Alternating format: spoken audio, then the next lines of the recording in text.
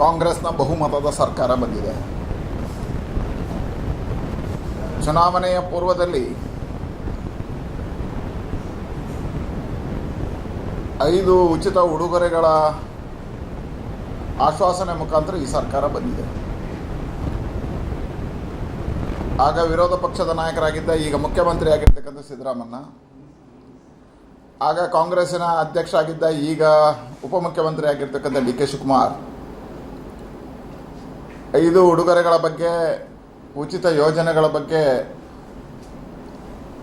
ಕರೆಯನ್ನು ಕೊಡ್ತಾ ಉಚಿತವಾಗಿರ್ತಕ್ಕಂಥ ವಿದ್ಯುತ್ 200 ಯೂನಿಟ್ ಸರ್ಕಾರ ಬಂದು 24 ಗಂಟೆಯಲ್ಲಿ ಕೊಡ್ತೀವಿ ಅಂತ ಹೇಳ್ತಕ್ಕಂಥ ಉಲ್ಲೇಖಗಳನ್ನು ಮಾಡಿದರು.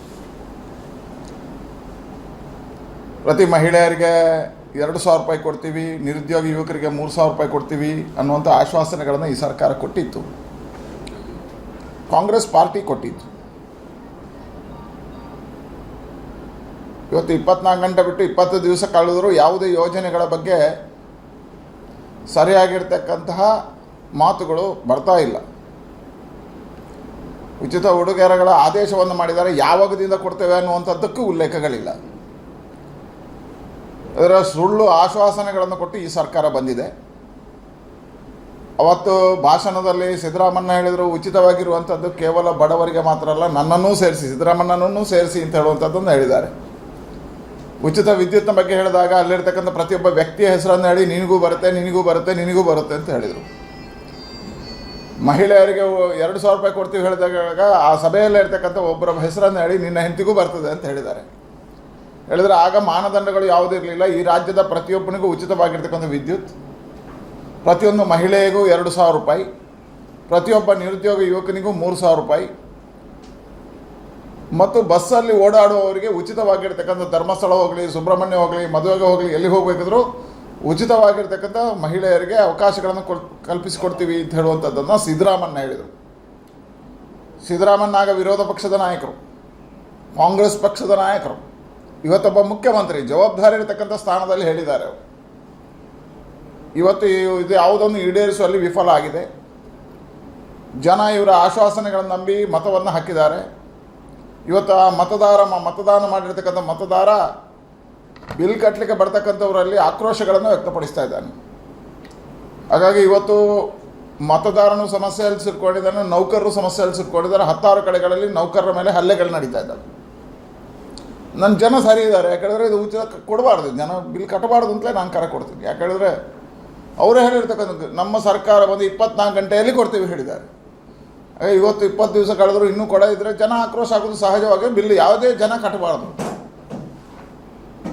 ಮತ್ತು ಆ ಸಂದರ್ಭದಲ್ಲಿ ಎಲ್ಲಾದರೂ ಗಲಾಟೆಗಳಾದರೆ, ಜನರಿಗೆ ಸಮಸ್ಯೆಗಳಾದರೆ ನಾವು ಜನರ ಪರವಾಗಿರ್ತೇವೆ. ಭಾರತೀಯ ಜನತಾ ಪಾರ್ಟಿ ಜನರ ಪರವಾಗಿರ್ತದೆ.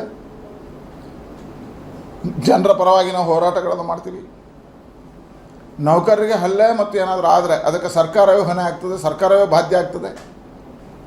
ಎಲ್ಲ ಕಾರಣಕ್ಕೆ ಇವತ್ತು ಅಶಾಂತಿ ವಾತಾವರಣ ನಿರ್ಮಾಣ ಆಗಿದೆ. ಬಸ್ಸಿಗೆ ಹತ್ತಿ ಕಂಡಕ್ಟರ್ಗಳಿಗೆ ಜನ ಗಲಾಟೆ ಮಾಡ್ತಾ ಇದ್ದಾರೆ, ಹಣ ಕೊಡೋದಿಲ್ಲ ಅಂತ ಹೇಳ್ತಾ ಇದ್ದಾರೆ. ಕಂಡಕ್ಟರ್ಗಳ ಮೇಲೆ ಹಲ್ಲೆ ನಡೀತಾ ಇದೆ. ಆದರೆ ಇವತ್ತು ಈ ಕಾಂಗ್ರೆಸ್ಸಿನ ಒಂದು ರಾಜನೀತಿಯಿಂದಾಗಿ ಇಡೀ ರಾಜ್ಯದಲ್ಲಿ ಅರಾಜಕತೆ ಪ್ರಾರಂಭ ಆಗಿದೆ. ಹಾಗಾಗಿ ನಾನು ಜನರಲ್ಲಿ ವಿನಂತಿ ಮಾಡೋದಿಷ್ಟೇ, ಯಾವುದೇ ಕಾರಣಕ್ಕೆ ಬಿಲ್ ಕಟ್ಟುವಂಥ ಅವಶ್ಯಕತೆಗಳಿಲ್ಲ. ಸರ್ಕಾರ ಹೇಳಿದೆ, ಸರ್ಕಾರದ ಪ್ರಮುಖರು ಹೇಳಿರ್ತಕ್ಕಂಥದ್ದು ಇವತ್ತು ಆದೇಶ ಆಗಿದೆ ಅಂತ ಹೇಳಿದ್ದಾರೆ. ಯಾವಾಗದಿಂದ ಅಂತ ಹೇಳಿ ಬಸ್ಸುಗಳಿಗೆ ಜನ ಟಿಕೆಟ್ ಕೊಡುವಂಥ ಅವಶ್ಯಕತೆಗಳಿಲ್ಲ. ನಾವು ಇನ್ನೂ 1 ತಿಂಗಳು ಕಾಯ್ತೀವಿ. ಅವಕಾಶಗಳನ್ನು ಕಾಂಗ್ರೆಸ್ ಪಾರ್ಟಿಗೆ ಸರ್ಕಾರಕ್ಕೆ ಕೊಡ್ತೀವಿ. ಆ ನಂತರ ಇದು ಸರಿಯಾಗಿದ್ದರೆ ನಾವು ಹೋರಾಟಗಳನ್ನು ಪ್ರಾರಂಭ ಮಾಡ್ತೀವಿ. ಇದರ ಮಧ್ಯೆ ಕಾಂಗ್ರೆಸ್ ಈ ರಾಜ್ಯದಲ್ಲಿ ದ್ವೇಷದ ರಾಜಕಾರಣವನ್ನು ಪ್ರಾರಂಭ ಮಾಡಿದೆ. ಯಾವುದೋ ಸಂದರ್ಭದಲ್ಲಿ ಅಶ್ವಥ್ ನಾರಾಯಣ ಹೇಳಿರುವಂಥ ಹೇಳಿಕೆ, ಅವರು ವಿಧಾನಸಭೆಯಲ್ಲಿ ಕ್ಷಮಾಪಣೆಯನ್ನು ಕೇಳಿದ್ದಾರೆ. ಆದರೆ ಈಗ FIR ದಾಖಲು ಮಾಡ್ತಕ್ಕಂಥ ಒಬ್ಬ ಈ ರಾಜ್ಯದ ಸಚಿವರಾಗಿ ಕೆಲಸ ಮಾಡಿರ್ತಕ್ಕಂಥ ಒಬ್ಬ ಶಾಸಕ ಜನಪ್ರತಿನಿಧಿ ಮೇಲೆ ಕೇಸ್ ಹಾಕತಕ್ಕಂಥ, ಕೇಸು ದಾಖಲು ಮಾಡ್ತಕ್ಕಂಥ ಕೆಲಸವನ್ನು ಮಾಡಿದ್ದಾರೆ. ಬೆಳ್ತಂಗಡಿಯಲ್ಲಿ ಶಾಸಕರಾಗಿರ್ತಕ್ಕಂಥ ಹರೀಶ್ ಪೂಂಜಿ ಅವರ ಹೇಳಿಕೆಯನ್ನು ಇಟ್ಕೊಂಡು ಅವ್ರ ಮೇಲೆ ಕೇಸ್ ದಾಖಲು ಮಾಡಿದ್ದಾರೆ. ಬಂಟ್ವಾಳದ ಮಾಣಿಯಲ್ಲಿ ನಮ್ಮ ಕಾರ್ಯಕರ್ತರ ಮೇಲೆ ಹಲ್ಲೆ ಆಗಿದೆ, BJP ಕಾರ್ಯಕರ್ತರ ಮೇಲೆ ಹಲ್ಲೆ ಕಾಂಗ್ರೆಸ್ ಕಾರ್ಯಕರ್ತರು ಮಾಡಿದ್ದಾರೆ. ಹಲ್ಲೆಗೊಳಗಾದವನ ಮೇಲೆ ಕೇಸ್ ಹಾಕಿದ್ದಾರೆ. ಹಲ್ಲೆ ಮಾಡಿದವನ ಮೇಲೆ ಕೇಸ್ ಬಿಟ್ಟು ಹಲ್ಲೆ ಒಳಗಾದವನ ಮೇಲೆ ಕೇಸ್ ಮಾಡಿದ್ದಾರೆ. ಹೇಳಿದರೆ ಇದು ದ್ವೇಷದ ರಾಜಕಾರಣಗಳು ಪ್ರಾರಂಭ ಆಗಿದೆ. ಕಾಂಗ್ರೆಸ್ ಗೆದ್ದ ದಿವಸ ಒಂದು ಕೊಲೆಯನ್ನು ಮಾಡಿದೆ, ಕಾಂಗ್ರೆಸ್ ಕಾರ್ಯಕರ್ತರು ಹತ್ಯೆಯನ್ನು ಮಾಡಿದ್ದಾರೆ.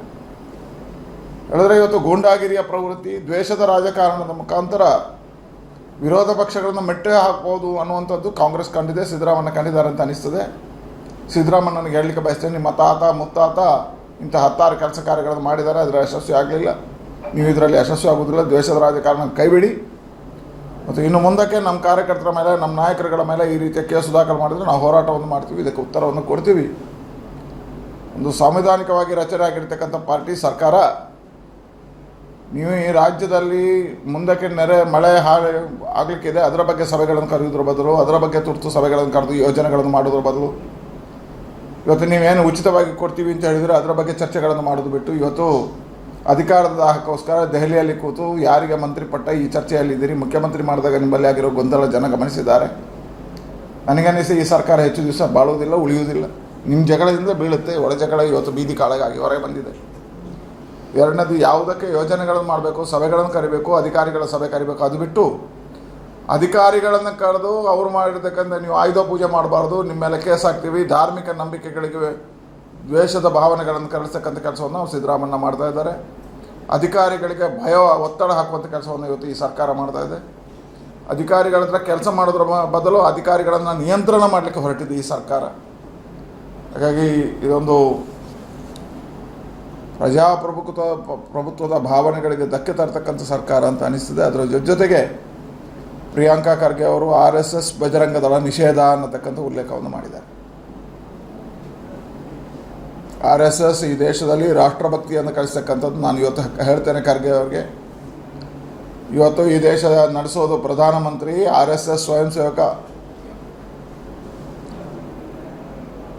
ಈ ದೇಶದ ಕೇಂದ್ರದಲ್ಲಿರ್ತಕ್ಕಂಥವರೆಲ್ಲರೂ RSS ಸ್ವಯಂ ಸೇವಕರು, ನಾವೆಲ್ಲರೂ ಸ್ವಯಂ ಸೇವಕರು. ನೆಹರು RSS ನಿಷೇಧಕ್ಕೆ ಕೈ ಹಾಕಿದ್ರು, ಕೈ ಸುಟ್ಕೊಂಡಿದ್ದಾರೆ. ಇಂದಿರಾ ಗಾಂಧಿಯವರು RSS ನಿಷೇಧಕ್ಕೆ ಕೈ ಹಾಕಿದ್ರು, ಕೈ ಸುಟ್ಕೊಂಡಿದ್ದಾರೆ. ನರಸಿಂಹರಾವ್ ಸರ್ಕಾರ ಇದ್ದಾಗಲೂ RSSಗೆ ನಿಷೇಧ ಇರ್ತಕ್ಕಂಥ ಕೆಲಸವನ್ನು ಯಾವಾಗ ಕಾಂಗ್ರೆಸ್ ಸರ್ಕಾರ ನಿಷೇಧ ಇರಿದ ಮತ್ತೆ ಆ ಕಾಂಗ್ರೆಸ್ ಸರ್ಕಾರ ಬಂದಿಲ್ಲ ರಾಷ್ಟ್ರದಲ್ಲಿ. ಬಜರಂಗ ದಳ RSS ನಿಷೇಧಕ್ಕೆ ಕೈ ಹಾಕಿ ನೋಡಿ ಏನಾಗ್ತೀರಿ ನೀವು. ಕಾಂಗ್ರೆಸ್ ಸುಟ್ಟು ಬುದ್ಧಿ ಆಗುತ್ತೆ, ಸಿದ್ದರಾಮಯ್ಯ ರಾಜಕಾರಣದಲ್ಲಿ ಇಲ್ಲ ಅಂತ ಆಗ್ತಾರೆ. ಪ್ರಿಯಾಂಕಾ ಖರ್ಗೆ ಸ್ವಲ್ಪ ಈ ದೇಶದ ಇತಿಹಾಸಗಳನ್ನು ತಿಳಿಯೋದು ಒಳ್ಳೆಯದು. ವಿಭಜನವಾದಿಗಳು ನಿಮಗೆ ಮನಸ್ಸಿದ್ರೆ, ತಾಕತ್ತಿದ್ರೆ, ಸಿದ್ದರಾಮಯ್ಯನಿಗೆ ತಾಕತ್ತಿದ್ರೆ ಅಥವಾ ಪ್ರಿಯಾಂಕಾ ಖರ್ಗೆಗೆ ತಾಕತ್ತಿದ್ರೆ, ಮೊನ್ನೆ ವಿಜಯೋತ್ಸವದಲ್ಲಿ ಪಾಕಿಸ್ತಾನದ ಧ್ವಜ ಹಿಡಿದಿದ್ದಾರೆ ಕಾಂಗ್ರೆಸ್ನ ಸಭೆಯಲ್ಲಿ. ಪಾಕಿಸ್ತಾನಕ್ಕೆ ಜಿಂದಾಬಾದ್ ಹೇಳಿದ್ದಾರೆ, ರಾಷ್ಟ್ರ ವಿರೋಧಿ ಘೋಷಣೆಗಳನ್ನು ಹಾಕಿದ್ದಾರೆ, ರಾಷ್ಟ್ರ ವಿರೋಧಿ ಧ್ವಜಗಳನ್ನು ಹಿಡಿದಿದ್ದಾರೆ. ಇದು ದೊಡ್ಡದಾಗಿರ್ತಕ್ಕಂತಹ ಘಟನೆ. ಅಂತಹ ಯಾರ್ಯಾರಿದ್ದಾರೆ ನಿಮ್ಮ ಮೆರವಣಿಗೆಯಲ್ಲಿದ್ದರೂ ಬಂಧಿಸಿ ಅವರನ್ನು. ರಾಷ್ಟ್ರ ವಿರೋಧಿ ಇಲ್ಲಂದರೆ ಕಾಂಗ್ರೆಸ್ ರಾಷ್ಟ್ರ ವಿರೋಧಿಗಳಿಗೆ ಪ್ರೇರಕ ಶಕ್ತಿ ಅಂತಾಗುತ್ತೆ. ನಿಮ್ಮ ಮೆರವಣಿಗೆಯಲ್ಲಿರ್ತಕ್ಕಂಥದ್ದು ಪಾಕಿಸ್ತಾನಕ್ಕೆ ಜಿಂದಾಬಾದ್ ಹೇಳಿದ್ದು ನಿಮ್ಮ ಮೆರವಣಿಗೆಯಲ್ಲಿ, ಪಾಕಿಸ್ತಾನಕ್ಕೆ ಜಯಘೋಷಗಳನ್ನು ಹಾಕಿರುವಂಥ ನಿಮ್ಮ ಸಭೆಗಳಲ್ಲಿ, ಪಾಕಿಸ್ತಾನದ ಪರವಾಗಿ ವಾದ ಮಾಡಿರುವಂಥ ನಿಮ್ಮ ಸಭೆಗಳಲ್ಲಿ, ಪಾಕಿಸ್ತಾನದ ಧ್ವಜ ಹಿಡಿದಿರುವಂಥ ನಿಮ್ಮ ಸಭೆಗಳಲ್ಲಿ, ಭಾರತಕ್ಕೆ ತುಚ್ಛವಾಗಿ ಮಾತನಾಡಿರ್ತಕ್ಕಂಥ ನಿಮ್ಮ ಸಭೆಗಳಲ್ಲಿ ಅವ್ರ ಬಗ್ಗೆ ಕಠಿಣವಾಗಿರ್ತಕ್ಕಂಥ ಕ್ರಮ ಕೈಗೊಂಡು ಅದನ್ನು ತೋರಿಸಿ ನೀವು. ಅದು ಬಿಟ್ಟು ಈ ರಾಜ್ಯವನ್ನು ವಿಭಜನವಾದಿಗಳ ಮುಖಾಂತರವಾಗಿ ಕಾರ್ಯ ಮಾಡತಕ್ಕಂಥ ಕೆಲಸವನ್ನು ಕಾಂಗ್ರೆಸ್ ಮಾಡ್ತದೆ. ಪ್ರಿಯಾಂಕಾ ಖರ್ಗೆ ಒಂದು ಎಚ್ಚೆತ್ತುಕೊಳ್ಳೋದು ಒಳ್ಳೆಯದು, ಬಾಯಿಗೆ ಹಿಡಿತ ಇಟ್ಕೊಳ್ಳೋದು ಒಳ್ಳೆಯದು, ನಾಲಿಗೆ ಹಿಡಿತದಿಂದ ಮಾತಾಡೋದು ಒಳ್ಳೆಯದು, RSS ಏನು ಅಂತ ಅಧ್ಯಯನ ಮಾಡೋದು ಒಳ್ಳೆಯದು. ಬಜರಂಗ ದಳ ನಿಷೇಧ ಮಾಡಲಿಕ್ಕೆ ನಿಮಗೆ ಹಕ್ಕು ಇಲ್ಲ, ನ್ಯಾಯವೂ ಇಲ್ಲ. ನೀವು ತಾಕತ್ತಿದ್ರೆ ನಿಮ್ಮ ಕಾಯಲ್ಲಿರ್ತಕ್ಕಂಥ ಪಾಕಿಸ್ತಾನದ ಪರವಾಗಿ ಘೋಷಣೆ ಮಾಡಿರ್ತಕ್ಕಂಥ ಬಂಧಿಸಿ. ಈಗ ಪ್ರಿಯಾಂಕಾ ಖರ್ಗೆ ಇದು ಪದೇ ಪದೇ ಹೇಳ್ತಾರೆ ಬಜರಂಗ ದಳ ಮತ್ತೆ PFI ಒಟ್ಟಿಗೆ ಬಜರಂಗ ದಳ ಮತ್ತು RSS ಅನ್ನ ನೋಡಿ, PFI ಅನ್ನು ಕೇಂದ್ರ ಸರ್ಕಾರ ಈಗಾಗಲೇ ನಿಷೇಧ ಮಾಡಿದೆ. ಇವರೇನು ನಿಷೇಧ ಮಾಡ್ತಾರೆ? ಬುದ್ಧಿವಂತಿಕೆ ಪ್ರದರ್ಶನ. PFI ಅನ್ನು ನಿಷೇಧ ಮಾಡಿದ್ದು ಕಾಂಗ್ರೆಸ್ ಅಲ್ಲ, ನಾವು ಮಾಡಿದ್ದೇವೆ. NIA ಮುಖಾಂತರ PFI ಅಲ್ಲಿ ಯಾರ್ಯಾರು ವಿಭಜನವಾದಿಗಳಿದ್ದಾರೆ ಅವರನ್ನು ಬಂಧಿಸುವ ಕೆಲಸವನ್ನು ಮಾಡಿದೆ. ಇವರು ಯಾವ ಕೆಲಸವೂ ಇಲ್ಲ. ಮತ್ತು RSS ರಾಷ್ಟ್ರಭಕ್ತಿಯ ಸಂಕೇತ ಅನ್ನತಕ್ಕಂಥದ್ದು ಕಾಂಗ್ರೆಸ್ನಲ್ಲೇ ಹೇಳಿದ್ದಾರೆ. ಸ್ವಲ್ಪ DK ಶಿವಕುಮಾರ್ ಹತ್ರ ಕೇಳಿ, ಅವರೇ ಪ್ರಾರ್ಥನೆ ಹೇಳ್ತಾರೆ, ವಿಧಾನಸಭೆಯಲ್ಲೇ ಪ್ರಾರ್ಥನೆ ಹೇಳಿದೆ. ಅದರಲ್ಲಿ ಆ ಪ್ರಾರ್ಥನೆಯಲ್ಲಿ ಏನಿದೆ ತಿಳ್ಕೊಳ್ಳಿಸಿ ಖರ್ಗೆ ಅವರು. ಸ್ವಲ್ಪ ಒಟ್ಟು ಇವತ್ತು ಈ ರಾಜ್ಯವನ್ನು ವಿಭಜನವಾದ, ದ್ವೇಷದ ರಾಜಕಾರಣ, ಇದರ ಮುಖಾಂತರವಾಗಿ ಆಡಳಿತ ಮಾಡತಕ್ಕಂಥ ಕೆಲಸವನ್ನು ಕಾಂಗ್ರೆಸ್ ಮಾಡಿದೆ. ನನಗನ್ನಿಸ್ತದೆ ಇವತ್ತು ಗೊಂದಲವನ್ನು, ಇವರಿಗೆ ಆಡಳಿತ ನಡೆಸಲಿಕ್ಕೆ ಆಗ್ತಾಯಿಲ್ಲ. ಮಂತ್ರಿಮಂಡಲದಲ್ಲಿ ಗೊಂದಲಗಳಿದ್ದಾವೆ, ಮಂತ್ರಿಗಳಲ್ಲಿ ಗೊಂದಲಗಳಿದ್ದಾವೆ, ಯಾರು ಮಂತ್ರಿ ಆಗಬೇಕು ಅನ್ನತಕ್ಕಂಥ ಚರ್ಚೆಗಳು ಪ್ರಾರಂಭ ಆಗಿದೆ. ಕೆಲವೇ ದಿನಗಳಲ್ಲಿ ಇದು ವಿಭಜನೆ ಆಗುತ್ತೆ. ಈ ಭಯದಿಂದ RSS ಬಜರಂಗ ದಳ ಬೇರೆ ಬೇರೆ ಇಂಥ ಘಟನೆಗಳನ್ನು ಇಟ್ಕೊಂಡು ಒಂದು ವಾತಾವರಣ ಎಬ್ಬಿಸಿ ಕಾಂಗ್ರೆಸ್ಸನ್ನು ಗಟ್ಟಿ ಕಾಂಗ್ರೆಸ್ಸನ್ನು ಹಿಡ್ಕೊಳ್ಳುವಂಥ ಪ್ರಯತ್ನಕ್ಕೆ ಕೇಳಿದ್ರೆ ರಾಜ್ಯದಲ್ಲಿ ಬೇರೆ ಸುದ್ದಿ.